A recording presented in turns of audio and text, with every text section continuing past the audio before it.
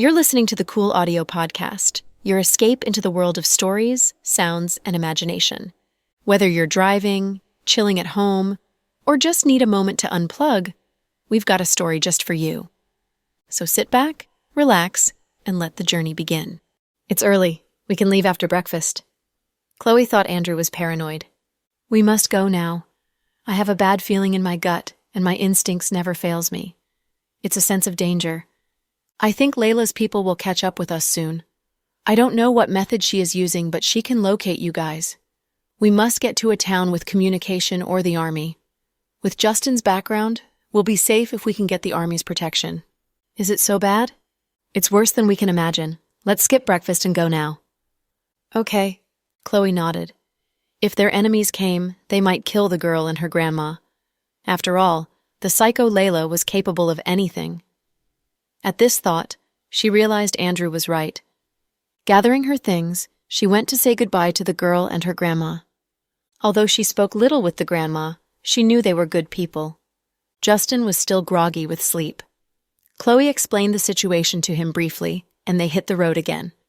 Before she left, Chloe asked again the village's location and name, intending to send people for little Sarah later.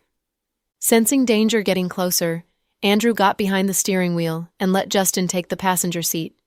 He raced on the road over speed limits. They didn't speak in the car, knowing their escape journey was full of dangers. About 1 hour later, Justin said, "It seems we need to get fuel soon. We can't go far with the remaining gas." It's difficult to find a gas station around here.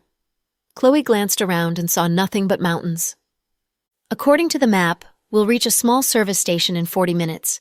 We can get gas and food there before we continue, Andrew said. But we don't have money. Justin was embarrassed. He had thought he'd never be troubled by the problem of money, but now he was penniless and couldn't even buy food. It doesn't matter. You still have your watch. Andrew's lips curved up. You're bringing it up again? Justin glared at him. They seemed to be born enemies and couldn't talk without bickering. Eventually, Chloe just decided to let them be.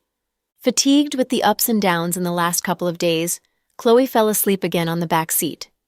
She dreamed a horribly bloody scene in which Fiona lay dying on the ground in the jungle, and her black windbreaker was soaked in blood. With her eyes closed, her face was pale while blood oozed from her forehead. "Sis, help me," she said weakly. Fiona, are you okay?" Chloe ran to help Fiona, but before she could reach her, the scene changed. She saw a woman resembling her hugging Jack. Jack looked wooden and let the woman hug him. "Honey?" She even called Jack honey. "Jack, she's not me. Don't believe her." Chloe woke up from the nightmare with a scream. She touched her face and found she was drenched in sweat. "Chloe, what's wrong?" Worried, Justin and Andrew looked back at the same time. Chloe was dazed for a moment and then snapped back to her senses. "I just had a nightmare and saw Fiona and my husband in danger." That dream felt so real and terrifying that her heart was still beating wildly. The things in dreams are the opposite of reality. Don't worry, I guess Fiona and Jack have beaten that batch into a meat pie. Justin had only seen Layla once, and he thought it was only a dream, a vision that his mind conjured due to his high fever. So he was the only one who didn't know Layla resembled Chloe. He only heard Chloe and Andrew mention her a few times, and knew the woman named Layla was the big bad person behind the whole thing. "I hope so." "Chloe, have some water." Justin handed her a bottle of mineral water. Chloe took it and sipped the water, still looking worried. "You must be hungry. Hold on, we'll get to the service station soon." "It's okay, I can manage." She didn't want to be their burden, so she forced herself to hang on despite the physical discomfort. She knew that if Layla's men caught up with them, not only she and Justin but Andrew would die. Layla would cut Andrew into pieces if she knew he had played her for a long time by pretending to be Hunter. At this thought, Chloe felt sick again. Meanwhile, Layla looked at Fiona, who lay dying at her feet, and smiled contemptuously. Tisk, so this is all you can do? The #1 mercenary, goddess of the killers and invincible war goddess? You're over-exaggerated. Fiona, you disappoint me." "Shut your mouth up. I'll blow you up." Fiona opened her lips and said the words with difficulty. Everyone close to Fiona knew she was a bomb genius. As Professor Wagner said, she was able to make more than 10 simple bombs with great explosive power when she was only a bit over 3 years old. As she grew older, she learnt to make more. The professor didn't have time to teach her this as they were busy fleeing all over the world. She was gifted in this area. She could master the stuff that took other people tens of years to learn, which made her an ultimate master of bombs when she was in her early 20s. She was the #1 wanted criminal whose name caused headaches among Interpol and terrorists. But now, she lay on the ground covered in blood, feeling her life flowing out of her body. Fiona knew with certainty that she'd die this time, because the woman before her wasn't a human being. Although Fiona was an atheist and never believed in ghosts or gods, the woman began to change her mind with her inhuman abilities. Having stayed with her dad for a long time, Fiona knew the woman was not natural. At this last moment, she wanted to detonate the bomb she had carried in her body and die together with this monster. But, "Are you looking for your mini-bomb?" Layla had something as big as a grain in her hand. "How did you get it?" Fiona looked at her in terror. It was the bomb that she had injected in her skin. It wouldn't come out until it blew up. How did the woman get it out? "I have to admit that your expertise in bombs is impressive, but it's stupid if you want to kill me with it." Layla studied the tiny bomb with interest. Her words destroyed Fiona's hope of dying with her. "I lost. I admit defeat. Kill me," Fiona said proudly. "You want to die? It's not so easy." Fiona lost consciousness and no longer knew what was going on. She wouldn't wake up until a long time later. "Young madam, what about the other team? Shall we kill them all?" Layla's subordinate walked up and asked cautiously, "Kill them? How dare you?" Layla's face, wearing a golden mask, turned abruptly as she caught the guy's neck, shattering his collarbones instantly. It happened in 1 second, which showed an even greater explosive force than Fiona's. Of course, she knew what the other team the guy referred to. While she handled Fiona swiftly, Jack was advancing from another direction, clearing landmines carefully. "How long until they pass the landmine zone?" Layla played with her nails and asked impatiently. "They'll pass the last landmines in 10 minutes. "Okay, let Gongor deal with them." "Young master, what's the plan? Shall he kill them or catch them alive?" Her subordinates were terrified after watching Layla shatter their peers' collarbones for misspeaking, so they decided to ask for her instructions before acting in case that they misunderstood her. After a pause, Layla said, "Let him do his best. If Jack can't defeat my Gongor, I don't think I'll have the interest to continue playing with him. I don't like weak people. The weak people don't deserve to live in the world." "Yes, young master. I'll tell him your order." As they reported, Jack was indeed passing the last landmines with more than 10 subordinates. He was a bit excited at the prospect that he'd soon see his Chloe. But at the end of the bamboo forest stood a man. He was tall and big, looking like a Japanese sumo wrestler. In the cold weather, he wore only a pair of loose black pants. His long hair was pulled up in a black bun on the top of his head. Jack got cautious immediately, knowing the guy was not easy to handle. One of his subordinates got impatient and shot at that man. The man moved his body slightly and ducked the bullet. At the same time, the shooter's head exploded suddenly and he dropped to the ground. Jack glanced around with a frown and understood instantly that they were surrounded by snipers. They might be shot in the head at any moment. Before Jack could speak, the big guy said, "Fellow, our master said if you can defeat me, we'll let you pass. Or you and your subordinates will all die. You have no other choice." Jack was anticipating it. "President Dawson, let's fight out with them. We have enough people to cover you to get out of here," a loyal subordinate said to him in a low voice. "You can't get out of here. There are 30 snipers here and you have only 10 people. In other words, in 1 second, each of you will be shot twice. Do you want to try it?" the guy said mockingly. Jack knew he might take his chance and get out of here, but he didn't want the 10 people he brought here to die just like this. These people either worked for him or Fiona. Even though he knew it was a trap, he had no choice but to walk into it. He handed his gun to one of his subordinates. "Stay here and wait for me." "President Dawson, I'll be fine." Jack walked to stand before the big guy and took off his black jacket slowly. "Single combat? Come on, let's play." Jack smiled devilishly. His eyes had never looked so wild before. Jack had expected that their journey would be full of dangers. He became extra careful after the professor's call. The professor knew Fiona's abilities more than anyone else, but he had told them it was a dangerous journey. So Jack wasn't surprised no matter what he encountered. He was ready to deal with anything coming his way, just as Chloe used to say. To rescue his wife and Justin, Jack had no choice but to charge forward. Instinctively, he knew this big fellow wasn't easy to handle. Jack was agile, and his 6 feet height was an advantage for him. But this big fellow was at least 7 feet 2 inches tall and was very brawny. If he got punched by this small giant, he'd never get up again. Jack was cautious from the very beginning. As the big guy walked forward, the ground shook with a banging sound for each step he took. At Jack's order, his subordinates didn't dare to make a move without his permission. They watched the fight anxiously.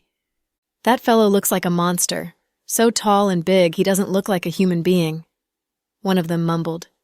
"Yeah, President Dawson's going to have a tough battle. Keep alert. The boss didn't bring us here for tea. We must keep him safe even if we have to pay with our lives." "Don't worry, guys. Our President Dawson is very good. Maybe he'll win. Didn't that guy say he'd let us pass if President Dawson defeats him?" They decided to wait and see. Jack beckoned at the big dumb guy challengingly. The monster charged at him in anger and punched towards Jack's head. Jack had thought the big guy's movements would be slow due to his huge size, but to his surprise, the big monster moved and punched with great speed. This battle was tough. The big monster attacked in fury.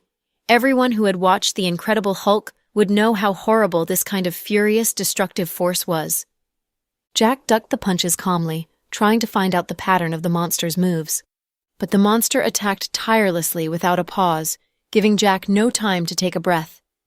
After 5 minutes, Jack began to pant. Layla watched the combat on the monitor screen with a smile. That's all he can do? Gongor is an energetic guy. If Jack keeps dodging, he'll get exhausted and be stomped into a meat pie by Gongor. Layla was right. If Jack continued to dodge, he'd lose. Jack had realized it himself, so in the 8th minute of the fight, he found an opportunity and extended out his leg, trying to trip the big monster. Unfortunately, even though his leg made the contact, the monster didn't fall. The monster was so strong that he bumped Jack to the ground. Then the monster lifted his foot and stepped towards Jack's chest with vicious force.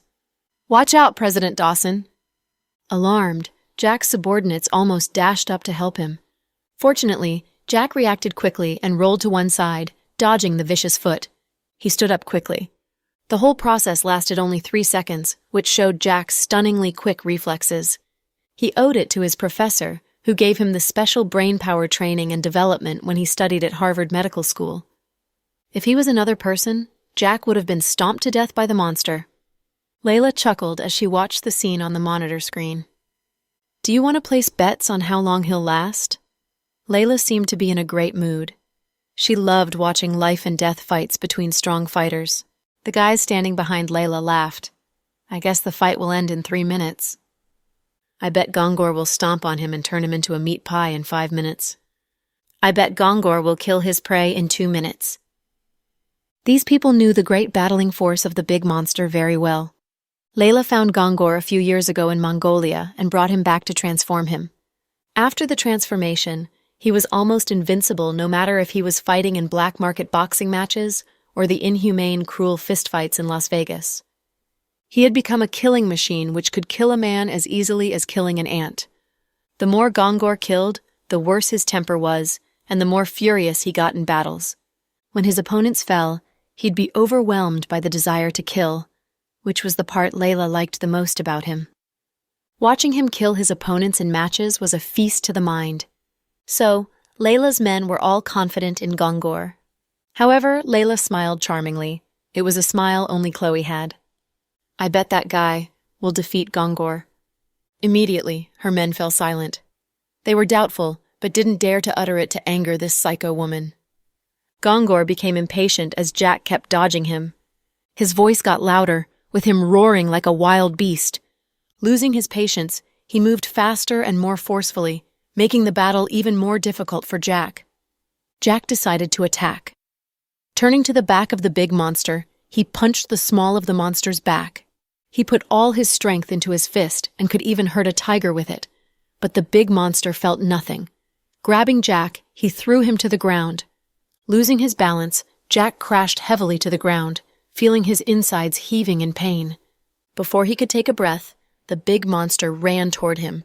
If he didn't stand up, he'd be stomped to death. "President Dawson, get up!" The big monster is creepily strong.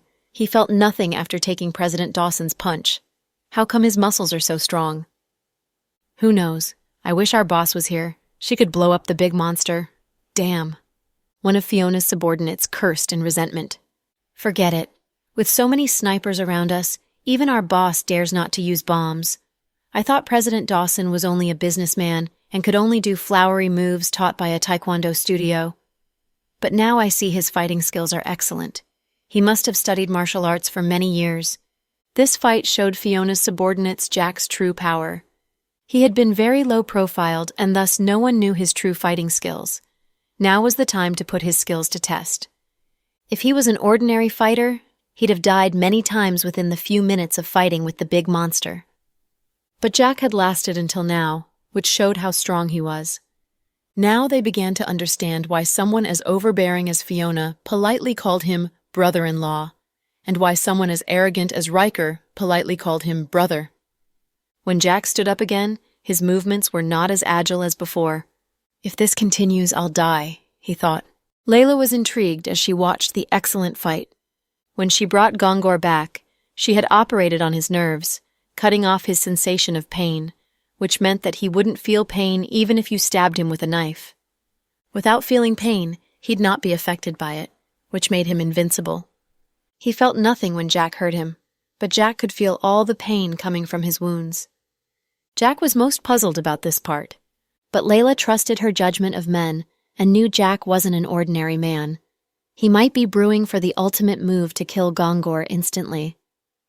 As this thought passed her mind, the scene on the screen changed. Jack didn't attack Gongor. Instead, he began to play with the big guy like a mouse teasing a cat. Gongor roared in fury and got dizzy from all the circles he made. Jack took the opportunity and leapt up, aiming for Gongor's eyes. Not expecting Jack could jump so high, the big monster was caught by surprise and got his eyes stabbed. He couldn't feel any pain, but his eyes went blind and blood gushed out from the sockets. Like a beast in a trap, he bumped around blindly and let out even louder roars which resonated in the jungle and sent chills down people's spines. It took Jack a long time to find his weakness. Gongor was hard all over his body, and Jack's punches were like scratches to him, but his weakness lay in his eyes and his private parts. Jack didn't want to lower himself to attack the big guy's private parts, so he aimed for the latter's eyes. His guts told him that he was right. The blind big monster began to make aimless grabs but couldn't touch Jack. Jack thought the fight ended, and those people would take the big monster away for treatment. But to his surprise, gunshots came. The snipers hiding around them shot the big monster. The bullets flew toward the big monster like raindrops as he was shot into a sieve by his teammates. Then, the big guy fell to the ground with a bam. It was a frightening sight. In this peaceful age in the country, it was against the law to kill people, so Jack and his subordinates were shocked by this cruel scene. Jack was stunned that these people could do such a cruel thing to one of their own. Before the monitor screen, "Young madam, Gongor is dead. He was useless and we can't keep him. I never keep wastrels. Anyway, it's a mercy for him to die since Jack blinded him." "Young madam, you're right. What shall we do with Jack and his men?" "Let them in. Doesn't he want to see his wife?" "Will you see him, young madam?" These guys thought she wanted to see him since she seemed very interested in Jack. "Yes, I will, but not now. Now we must go and catch my prey." Layla stood up with a twist of her slim waist and a faint smile on her lips. Meanwhile, Andrew drove very fast and soon came to the gas station shown on the map. But at about 500 meters away from the gas station, Andrew stopped the vehicle. "I'll go and check if there's any danger in there. If something is wrong, Justin, take Chloe and run." "There's almost no gas in the car. Where can we go?" Justin rolled his eyes. "Follow the mountainous path and run into the depth of the mountain. Remember, don't let Layla catch you even if you have to starve in the mountains." Andrew said the words seriously before walking toward the service station alone. As Andrew walked alone to the service station, Chloe and Justin were left in the car. Chloe, are you hungry? Not really. Don't worry. We'll have food in a while. I used to hate instant noodles, but now if someone gives me a bowl of steaming instant noodles, I'd eat the bowl itself with the noodles. Ha. To relieve the tension, Justin tried to make Chloe laugh, and she was very cooperative and laughed. To be honest, I didn't think I'd make out alive. Stop it. I told you we'd be fine. Chloe comforted Justin. After I disappeared, my mom must have become mad with anxiety, right? Yeah, Auntie was devastated. Grandpa Cooper and your father are very anxious, and the fellow An, must be stupefied. Anne blamed himself for not doing his duty to protect you. It's not his fault. That night, if An was with me, we'd be both kidnapped. Besides, Anne is useless to them and might have been killed by that batch Zoe long ago. Yeah, I told him this, but he won't stop feeling guilty unless you're home safe. Yeah, Justin nodded. Another person has been devastated after you disappeared. Chloe started the topic purposefully. Who? Justin was puzzled. Mello. Oh, you mean Melody? Justin remembered the girl. Yeah, I didn't tell her the truth and said you were on a business trip, but she didn't believe me and kept sending messages to you. The girl is afraid no one's going to pay her now that I'm gone. The girl is a little money lover. Justin chuckled. You know she's not like that. She's just worried about you. I'm fine now. I wonder how the girl is doing in the contest. Justin remembered the reality show. The final is in a couple of days. She is hoping you can go back and watch it. If I can go back, I'll watch it. After all, she's my employee. Justin, don't you feel anything? Before she could finish, they saw Andrew beckon at them. Well, it seems the place is safe. Let's go and get something to eat. Carefully, Justin helped Chloe out of the car, and they walked slowly toward the service station. Justin, I feel something's not right, Chloe whispered as she walked. What's it? I don't know. I just feel this place is creepy. Let's go and find another place to eat. Chloe glanced around and saw nothing but mountains. It was a remote place with no people in sight. Even though it was the morning, the fog surrounded them and blocked the sunlight. In this big mountain, they could hear birds chirping or sounds of small animals, but everything was creepily quiet. Chloe had a feeling that something wasn't right, but she couldn't name it. Hearing her words, Justin was surprised.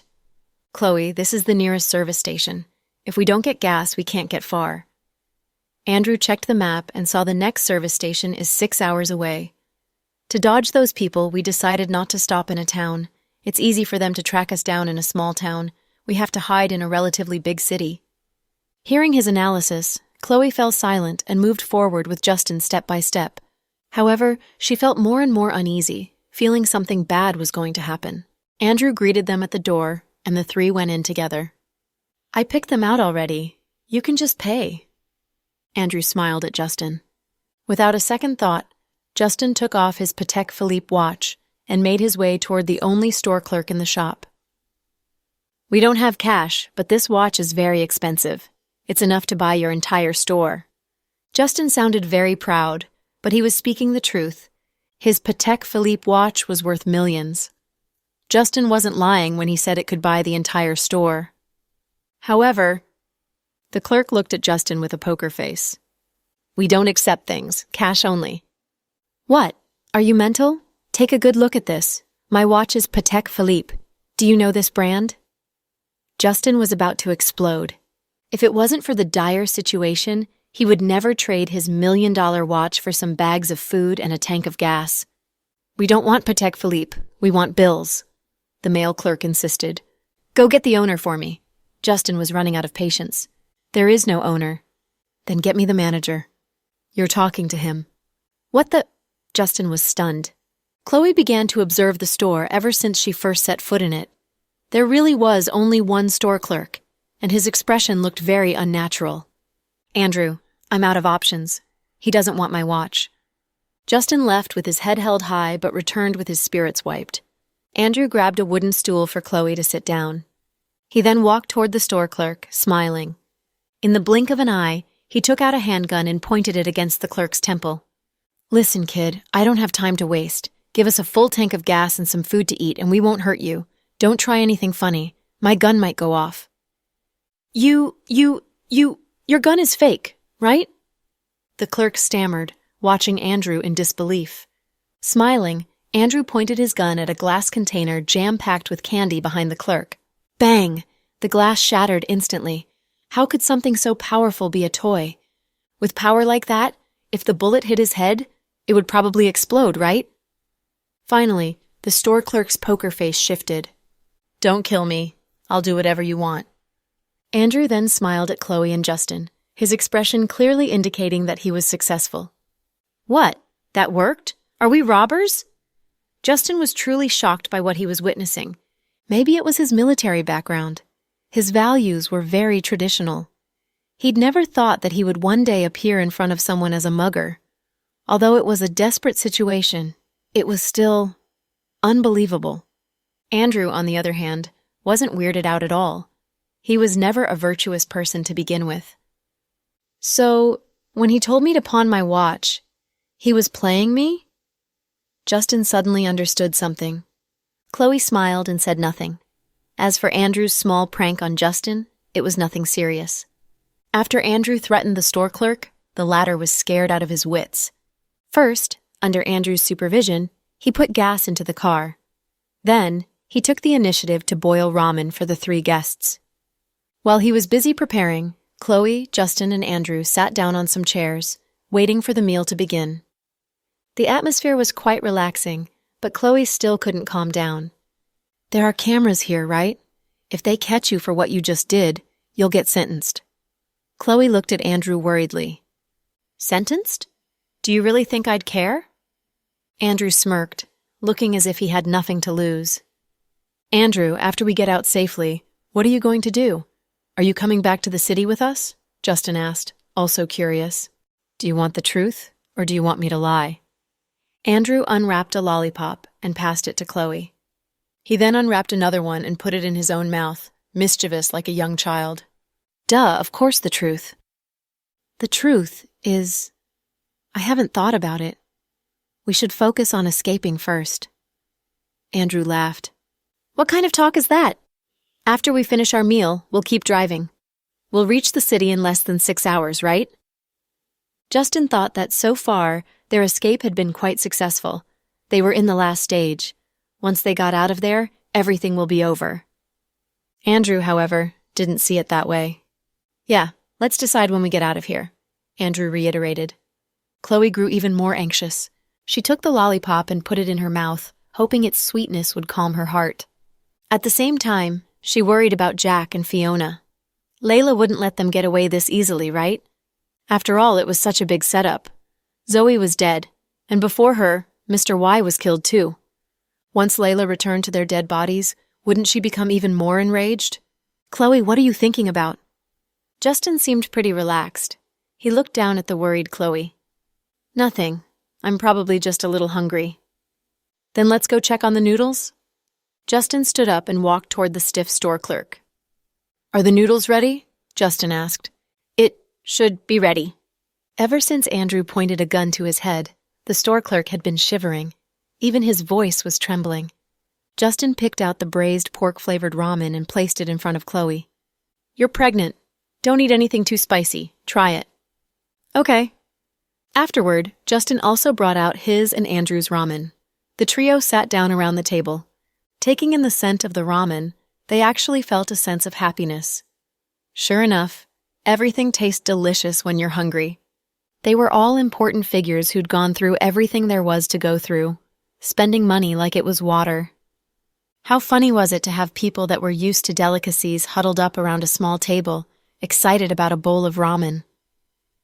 Before they began to eat, Chloe took out her testing cutlery and tested every bowl for poison. Rest assured, everyone began to eat. It was very quiet during their meal. Nothing happened. That made Chloe even more anxious. She observed her surroundings as he ate, but nothing looked suspicious. It was exactly this reason, however, that made it all the more bizarre. They were in the middle of the woods, and not even the sound of a bird could be heard. The silence was frightening. She felt like she was in the movie Silent Hill when the female protagonist entered the small town. It was as unsettling as that. She chose to hide her worries, however, because she didn't want to ruin Justin and Andrew's mood. After their meal, Justin rubbed his round belly, satisfied. A bowl of ramen brought him more satisfaction than any fine cuisine he'd had before. "We should grab some for the road. What if we get hungry?" Justin. "We can't boil water in the car. Just get some instant foods. Grab some water," Andrew replied. With that, Andrew and Justin each grabbed a shopping bag and filled them with food from the store. After the trio left the store, Chloe suddenly heard a weak sound. Her heart stopped. "Wait!" she yelled, startling both Andrew and Justin. "What?" Chloe's odd outburst confused the wits out of Justin. "Did you hear the sounds?" "No." Justin was puzzled. "What sounds?" Andrew looked back at Chloe. "No, don't go forward." Chloe was overwhelmed by uneasiness. She closed her eyes and tried to calm herself down, but still she could hear the beeping sounds. They sounded like... The sounds got louder and louder. "No, run!" As she said the words, she grabbed Andrew and Justin and pulled them back with all her strength. The two men moved backward obediently. 5 seconds later, with a huge boom, their ORV exploded into debris instantly. "How can it be?" Justin was stupefied. Andrew reacted quickly and aimed his gun at the clerk behind him.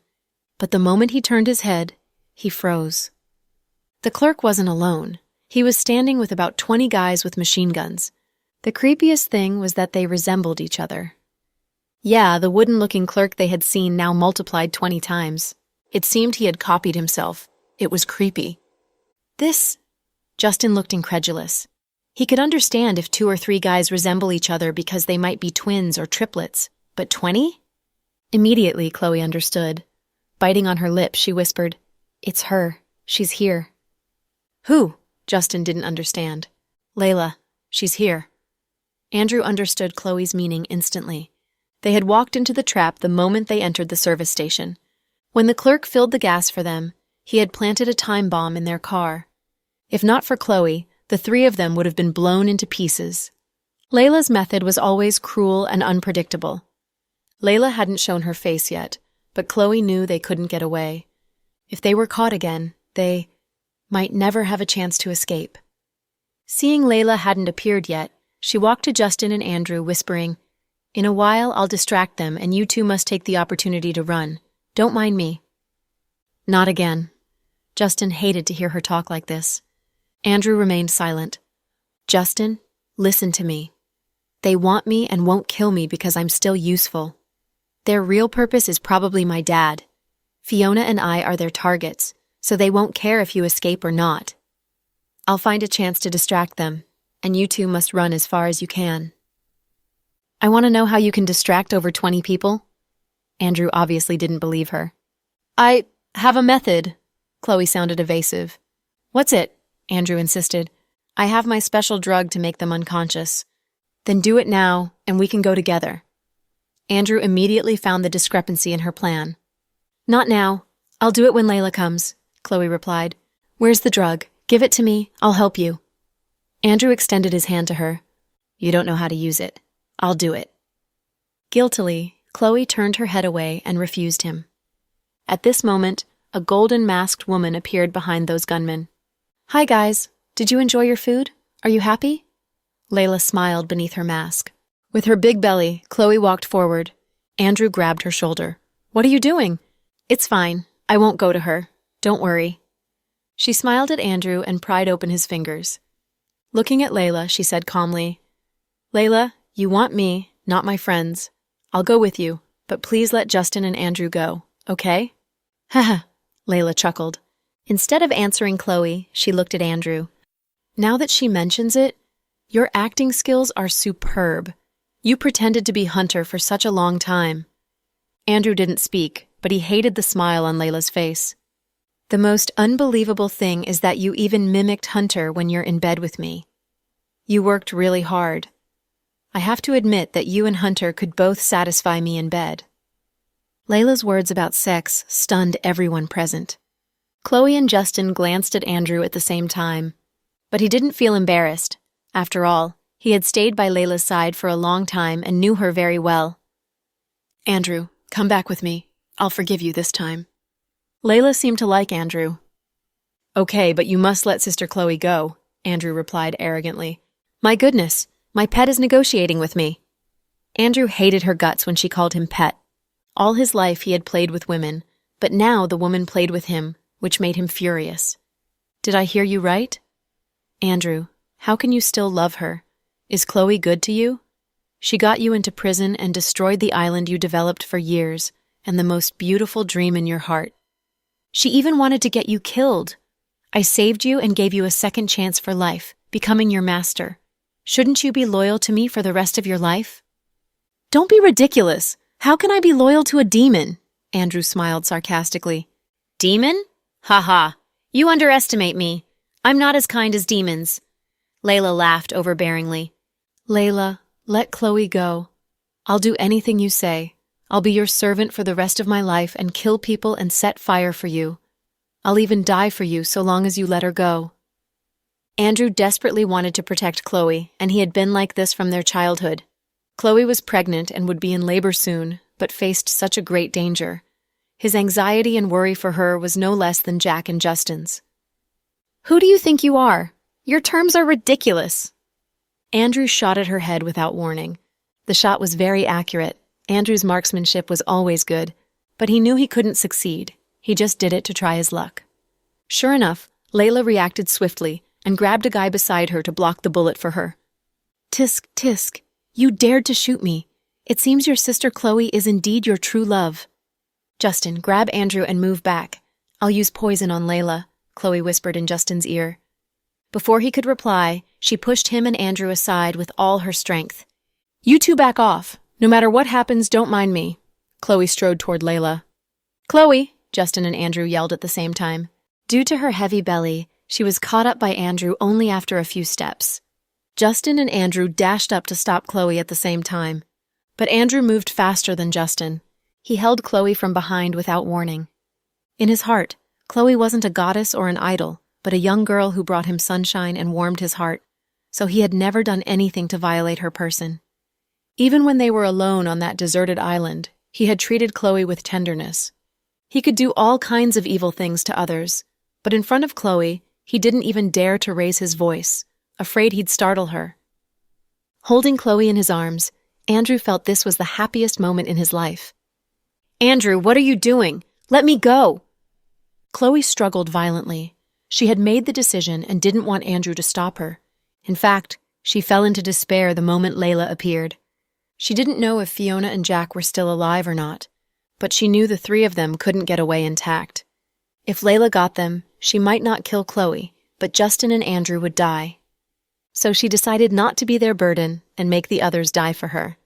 But to her surprise, Andrew reacted swiftly. "Sister Chloe, I know what you want to do." "No, you know nothing. Let me go. I don't want all of us to die here." Chloe's voice was very small. She was whispering to Andrew and didn't want others to overhear them. "I know. Give it to me." Andrew said the words close to her ears, and others thought he was kissing her cheek. But in fact, he was whispering to her. "You?" Chloe was astonished, wondering how Andrew found out her little secret. "We don't have time now. Chloe, give it to me. I'll do it." "No." Chloe hated Andrew, but not so much that she'd give him this thing. "Chloe, do you want us to die here? Think of the baby in your belly. Don't be so selfish." Chloe choked with tears, feeling torn.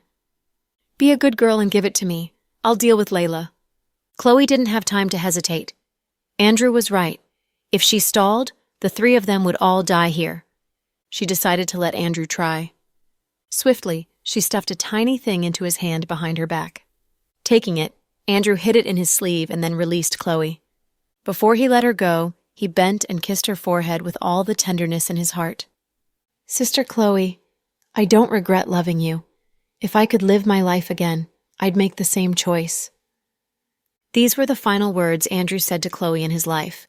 Then he pushed Chloe away forcefully. Justin caught her from behind. Still, she almost fell to the ground. It showed how much strength Andrew had used to push her. "Andrew, are you damned crazy?" Justin cursed furiously. not knowing what Chloe and Andrew had said to each other or what would happen. As Justin helped Chloe up, she couldn't speak. She just cried. "Chloe, what's happening? Is your belly hurting you?" Terrified, Justin's face changed drastically. Chloe shook her head. She kept crying but didn't speak as she stared at Andrew's departing figure. They were some distance from Layla. Andrew walked toward her step by step. "Tisk, tisk. I'm surprised you're so good to Chloe and even put on such a touching scene of saying farewell to your loved one. Excellent. Excellent. You can be the best actor of the year, Andrew. Bravo." Layla appreciated Andrew and liked him better than she liked Hunter, especially when she saw the Andrew in love. Andrew walked to stand before Layla calmly and looked at the arrogant woman wearing the golden mask. Without a word, he dropped to the ground on one knee and put his right hand on his chest, like a gallant knight before a princess. "Young madam, I admit I was wrong. I'll go with you. But please let Sister Chloe go, okay?" "Is Chloe so important to you? More important than your own life?" "Yes." "Do you think she is worth what you do for her? Even if you die for her, the heartless woman won't remember you. She'll huddle with her husband Jack and play coy before her best friend Justin. She's a typical batch. She doesn't deserve you. This is my choice. Please grant me my wish, young madam." Andrew, a proud man, was now kneeling before Layla and agreed to submit to her for the sake of Chloe, which greatly satisfied Layla's vanity and sense of possession. But my goal is her, not you. What can we do now? Even if you kill yourself before me, I can't let your sister Chloe go." Layla smiled evilly, and Andrew felt sick to see her masked face. "If so, then I have no choice but to die with you." Andrew stood up slowly and crushed the mysterious tiny white ball that Chloe gave to him. Instantly, an earth-shaking explosion came. Justin grabbed Chloe and kept moving backward. The moment he saw Andrew stood up, he knew something would happen and pulled Chloe back subconsciously. But the explosive force of the bomb was so huge that despite the distance from the explosion, Chloe and Justin were still sent flying by the blast. The most horrible thing about the bomb was that it could detonate a second explosion after the first one. So the moment Andrew detonated it, he was doomed to be shattered. "Andrew, no!" Chloe yelled hysterically. She made the bomb and knew more than anyone else how much explosive force it contained. For one instant, she regretted and hated herself for making such a terrifying bomb. After detonating the bomb, Andrew was shattered instantly. Of course, Layla and her subordinates who stood so close to him couldn't escape. The explosion shook the earth, and the ear-deafening sounds resonated in the depth of the mountains for a long time. It was the biggest explosion at the border for years. Justin covered Chloe with his body as the ear-deafening explosion sounds came. His vision turned black and finally he passed out. Justin seemed to be dreaming, and the dream was very long. Magically, he dreamed he married Chloe and there was no Jack in this world. He dreamed of returning to his house from work and saw Chloe cooking in the kitchen. Wearing an apron, she looked like a little woman taking care of her family. "Honey, you're back." "Chloe," Justin was astonished. "Silly, go wash your hands. Today I made your favorite, spicy boiled fish. Very spicy." Chloe pushed him to the sink and he turned on the tap numbly. Hearing the water flowing from the tap, he felt dizzy. "Hun, Mom told us to go to her house to have dinner tomorrow night. Grandpa came back from Capital City and he misses us." Chloe continued talking to him and called him Hun. Justin felt incredulous. "Chloe, What's up, Hun?" Justin pointed at her and then himself in puzzlement. "Hun, you're acting weird today. Did you have a problem in the company?" Chloe walked over to him and leaned on his chest. Her warmth felt so real. "No, Chloe, I just want to ask, are we married?" "Haha. Hun, what's wrong with you? We've been married for more than half a year now. What? Do you have another woman and regret marrying me?" Chloe pouted. No, I'd never do that." "I don't think so. If you dare to divorce me, I'll get half of your fortune and your parents and Grandpa will beat you senseless." Chloe smiled happily. Seeing her smiling eyes, Justin's heart flipped. "Chloe, I had a dream in which you and I were only good friends. We were friends for the rest of our lives. You married a man named Jack and had twins with him. Their names were Pudding and Little Bean." Justin couldn't stop himself. "Ha ha. Hun, you have a great imagination. But it's impossible. I met you right after I graduated from university and went to work. You pursued me and I married you in less than half a year. Our wedding got onto the headlines of the front page. We've been married for half a year now. I'm very happy. In the hospital, everyone is envious of me for having such a good husband. Hospital. Chloe, are you still working at Southside? What South District? I'm a doctor in the OB/GYN department in the first hospital. Hun, you're acting weird today. What's going on? Chloe walked over in puzzlement and touched his forehead, murmuring, You don't have a fever? What's wrong with you? Justin caught her hand. Chloe, I'm not dreaming. We've been married for half a year. Maybe you can slap yourself and see what'll happen, Chloe said and shook with laughter. Justin froze. Then the scene changed, and he saw Chloe falling to the ground slowly. Chloe. He saw blood spread out under her. There was so much blood that it terrified him. Justin, I think I'm dying, Chloe said weakly. Hang on. Chloe, you'll be fine.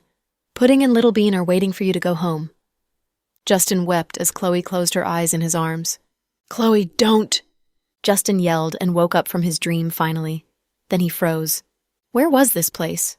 Where on earth was he? Justin woke up with a shattering pain in his head. Doctor, please come. My son is awake. My son is awake. Mrs. Cooper stood up immediately and opened the door, yelling for the doctor. The doctor and nurses ran into the ward and did a thorough check on him. Mrs. Cooper, congratulations. Mr. Cooper is fine. He just has a slight concussion and can be released from the hospital after a couple of days. Good. Thank you, doctor. After they were gone, Mrs. Cooper grabbed her son's hand in joy. Justin, look at me. Look at your mom. Mrs. Cooper's tears kept flowing from her eyes. Mom, how come you're here? Where's this place? Justin snapped back to his senses and looked around at the strange ward in a daze. Silly boy, this is a hospital. You were in a coma for 3 days. You gave me such a fright. Mrs. Cooper remembered how fearful she was when her son was carried back. She almost passed out when she saw the blood all over Justin, thinking her son would die. But Justin's wounds turned out to be just scratches. However, for some reason, he didn't wake up until 3 days later. I was out for 3 days? Justin froze. Mrs. Cooper nodded with tears in her eyes. What hospital is this one? It's the best private hospital in Yunnan. Your grandpa arranged for you to come here. Don't worry. Mrs. Cooper took her son's hand and soothed him. Hospital in Yunnan. What happened? My goodness. Son, have you lost your memories? Seeing his blank face, Mrs. Cooper asked immediately. Justin let go of his mother's hand and tried hard to recall. He remembered he was kidnapped and then saw Zoe. Then Chloe came to him, and then he remembered Andrew and the big explosion. The memories flashed across his mind like a movie. His heart beat faster and faster. When he recalled the big explosion, his heart almost jumped out. Mom! Mom! He called his mother with a panting voice. Son, I'm here. Mrs. Cooper stood up immediately and patted her son's back gently. Explosion. I remember the big explosion. Mom, where's Chloe? Where's Chloe? Hearing Justin's question, something flashed across his mother's eyes. She seemed to be hiding something. Justin, calm yourself down. Listen to me. Your priority is recovering your health. The doctor said you have a concussion and got stimulation in your brain. You must rest well. We can talk about it when you're out of the hospital. No, you must tell me now. Mom, I want to see Chloe. I'll go and see Chloe.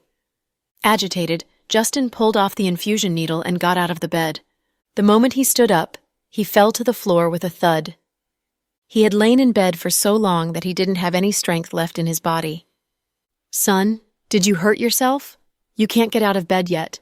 Don't scare me, son. Mrs. Cooper hurried over to help her son up. Justin pushed her hands away. Mom, don't stop me. I want to see Chloe. Son, don't be so stubborn. Listen to me. You must get well first, okay? Mrs. Cooper wept, seeing her son have so little regard for his own health.